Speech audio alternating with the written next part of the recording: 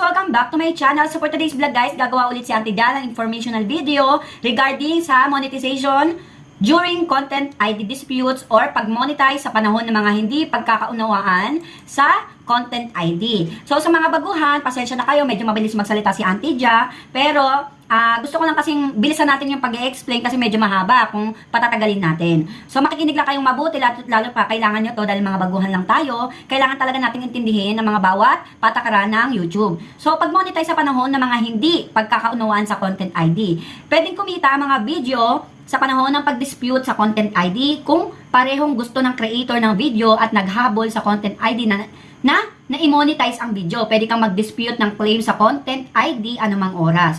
Kung mag-dispute ka ng claim sa loob ng 5 araw, i-hold ng YouTube ang anumang kita mula sa video, simula sa unang araw na inihain ang claim. Kung magdi-dispute ka ng claim sa content ID pagkalipas ng 5 araw mula sa original na petsa ng claim, sisimulan nilang i-hold ang kita sa petsa kung kailan isinagawa ang pag-dispute. So guys, kung after 5 days ka pa nag-dispute ng claim, so pwede nilang i-hold ang kita sa petsa kung kailan talaga isinagawa ang pag-dispute. So sa buong proseso ng pag-dispute, hiwalay nilang i-hold ang kita at kapag nalutas na ang pag-dispute, ibibigay nila ito sa naaangkop na partido. Okay, di ba kapag once na binigyan ka ng claim, tapos dinispute mo yon, umapila ka doon sa copyright owner. So sa buong proseso nyo, i-hold muna nila yung kinikita ng video na yon, tapos tsaka nila ibibigay yung kung sino ba talaga yung naaangkop na partido na ibibigay yung buong kita nyon. Sa bawat yugto ng proseso ng pag-dispute sa content ID, may ilang pagkilos na pwede mong gawin o pwedeng gawin ng naghahabol.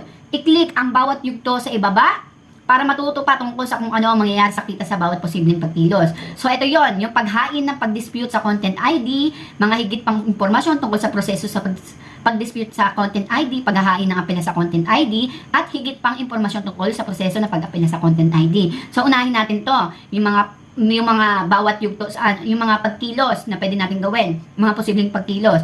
Paghahain ng pag-dispute sa content ID. So pagkatapos magsagawa ng claim sa content ID guys sa iyong video, may dalawang option ka sa pagtugon. So, pwedeng huwag gumawa ng kahit ano. Hayaan na lang na may claim sa iyong video. So, pagkatapos ng 5 araw, ibibigay sa naghahabol ang anumang na-hold na kita.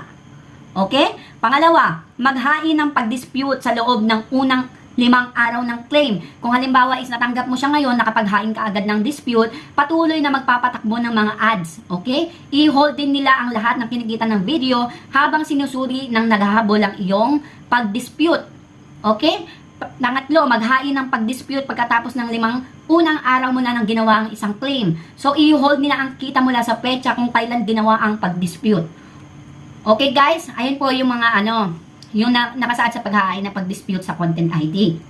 Kung may ads ka na neto guys higit pang impormasyon tungkol sa proseso ng pag-dispute sa content ID. Ano nga ba to? Kapag nag-dispute ka ng claim sa content ID, so yung claim mo, dinispute mo yun sa may owner, aabisuhan ang naghahabol at magkakaroon siya ng 30 days para tumugon. So sa panahon ng prosesong yan, patuloy ang YouTube magpapatakbo ng mga ad at i-hold nila ang lahat ng kinikita ng video. Okay? Sa loob ng 30 days, kailangan sumagot yung owner, yung nagbigay sa inyo ng claim, at yung kita na yun, huwag kayo magtataka bakit walang kita yun, i-hold kasi yun ng YouTube. So, may mga ilang bagay na pwedeng gawin ang naghahabol bilang tugon sa iyong pag-dispute. So, ito yung mga pwedeng gawin ng naghahabol ng claim. Ipawalang bisa ang claim, ipagpatuloy ang claim, magsumiti ng kahilingan sa pagtanggal dahil sa copyright. So, kung sang-ayon siya sa iyong pag-dispute, pwede niyang piliing ipawalang bisa ang kanyang claim. Hanggat walang ibang claim sa iyong video, ibibigay ng YouTube sa iyo ang kinita sa panahon ng pag-dispute. So, sa iyo mapupunta ang kinikita mo kung ipapawalang bisa ang claim. Kung ipagpapatuloy naman ang claim, kung sa tingin niya ay valid pa rin ang kanyang claim, pwede ng YouTube piliing ipagpatuloy ito. Kung sa tingin mo ay hindi dapat ito ipagpatuloy, pwede mong iapila ang kanyang pasya. Pangatlo, magsumite ng kahilingan sa pagtanggal dahil sa copyright. Pwede siya magsumite ng kahilingan sa pagtanggal dahil sa copyright para alisin ang iyong video sa YouTube. Ibig sabihin, makakatanggap ka ng copyright strikes. So, ayun yung mga option na pwedeng gawin ng naghahabol ng claim. So, paghahain ng apela sa content ID, ano nga ba ito? Mayroon kang ilang option. Kung pipiliin na naghahabol na ipagpatuloy ang kanyang claim sa pagkatapos mong mag-dispute. Ito naman, pagkatapos mong mag-dispute, ito naman yung mga option. Di ba nakapagpasa ka na ng dispute, so wag kang gumawa na kahit ano, hayaan lang na may claim sa iyong video. Pagkatapos ng 5 araw, ibibigay sa naghahabol ang anumang na-hold na kita. Okay? Maghahain ng apela sa loob ng unang 5 araw mula nang pinagpatuloy ang claim. Patuloy na magpapatakbo ang mga ad. So, i-hold ng YouTube ang lahat ng kinikita ng video habang sinusuri ng naghahabol ang iyong apela. Okay? Maghahain ng apela pagkalipas ang unang 5 araw mula nang ipinagpatuloy ang claim.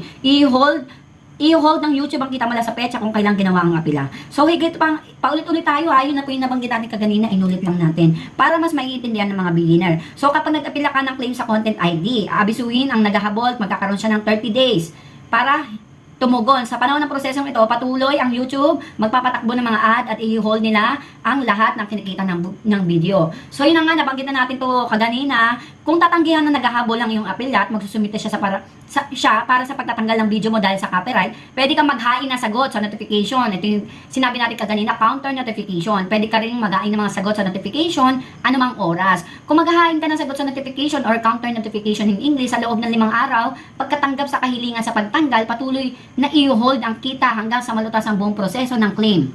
Okay? Kita mula sa mga hindi pagkakaunawan sa YouTube Analytics. So, kung may aktibong claim sa content ID sa iyong video at i-dispute o iaabila mo ito, hindi ipapakita ang data ng kita para sa video sa YouTube Analytics. Okay? Hindi nila papakita yan. Kung bibitawan ang claim, idaragdag sa ibang pagkakataon sa YouTube Analytics ang data ng kita para sa yugto ng panahon ng hindi pagkakaunawaan. Dapat lumabas ang data na ito sa pagitan ng ika-10 at ika-20 ng susunod na buwan.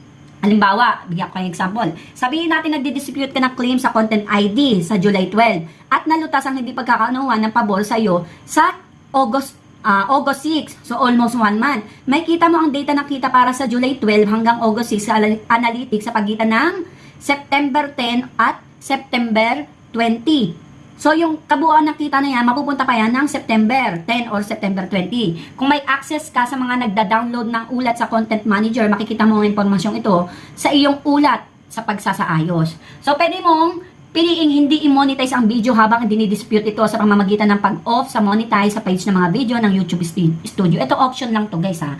Kung ayaw nyo siyang i-monetize habang pinaprocess pa yung pagdidispute, pwede naman. Pwede naman yun, pero mas maganda, i-on nyo na lang kasi kung maaprubahan man na sa inyo talaga yung video na walang copyright na nangyayari, yung buong kita nyo mapupunta sa inyo. Okay guys, so yun lang naman guys, sana naintindihan nyo mabuti ang aking mga pinagsasabi kasi medyo mabilis magsalita si Auntie Ja at yung iba pinapaulit-ulit natin para mas maiintindihan ng mga beginner. So kung may mga questions or suggestions, pwede po kayong mag-comment down below sa mga naka-on commenting natin na video para mas madaling ma-notify si Auntie Ja sa inyong mga concerns. And kung kaya naman sagutin ni Auntie Ja, syempre sasagutin natin yan. So yun lang naman guys, and thank you for watching. Kung nagustuhan niyo ang aking informational video, please don't forget to like, share, and subscribe, and click nyo na rin guys ang notification bell para sa more updates. So yun lang naman guys, and thank you for watching. Bye!